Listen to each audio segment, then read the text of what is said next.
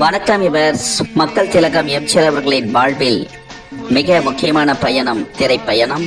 மக்கள் திலகம் எம்ஜிஆர் அவர்களின் திரைப்பயணத்தில் பயணித்த திரை நட்சத்திரங்கள், மக்கள் திலகம் எம்ஜிஆர் அவர்களின் வெற்றி திரைப்படங்கள், மக்கள் திலகம் எம்ஜிஆர் அவர்களின் பற்றாளர்கள் அனைவரை பற்றியும் வரலாற்று பதிவுகளாகவும் வரலாற்று சுவடுகளாகவும் பதிவிட்டு வருகிறோம்.